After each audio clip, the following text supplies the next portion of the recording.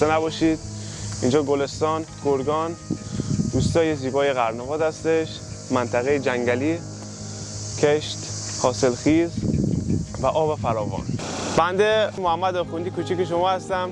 اینجا زمین قرن‌آباده. کشت زمین اینجا بیشتر گندم و جو، کلزا، سیب زمینی، باقله، نخود. جلوتر هم که کلا جنگل میشه. اینجا جنگل، تو دل جنگلیم دیگه.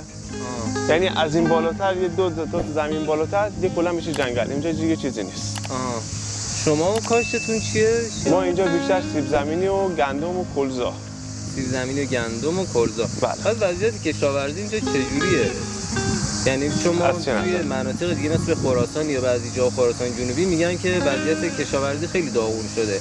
هم از لحاظ اینکه آب نیست، قطعی برقاشون زیاده، نهادها گرون شده و یک سری سختیه که برای فروش محصولاشون دارن میگن خیلی ضعیف شده.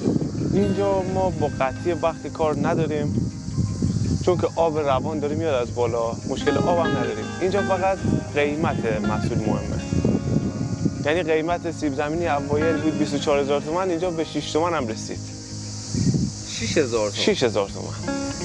اوایل بود 24 تا 28، یعنی برج 2. یهو بعد از برج 3 و 4 شد چقدر؟ 5000 تومان، 6000 تومان. اونم چیز 3 ماهه. یه چک میدم به 3 ماهه.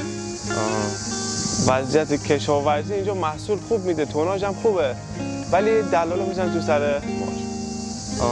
بیشتر دلال بازی که تو همه زمینا هست. 100% هستش. ولی سیب زمینی خیلی خاک بر سر اینجا، چون که قیمت تضمینی نداره.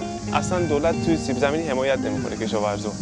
حتی امسال هم دعوا هم شده، دعوا درگیری. استاندار هم اومد قسمت پایین، روستای پایین اومد، ولی قول دادن ولی عمل نکردن. قیمت تعرفه‌ای نداره اصلا. ولی جو، کلزا، گندم اینا خود دولت میخره، تضمین میکنه.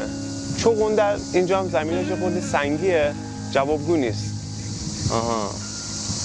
چغندر هم میکنن ولی محصولات روستای پایینتر بهتر جواب میده تا اینجا.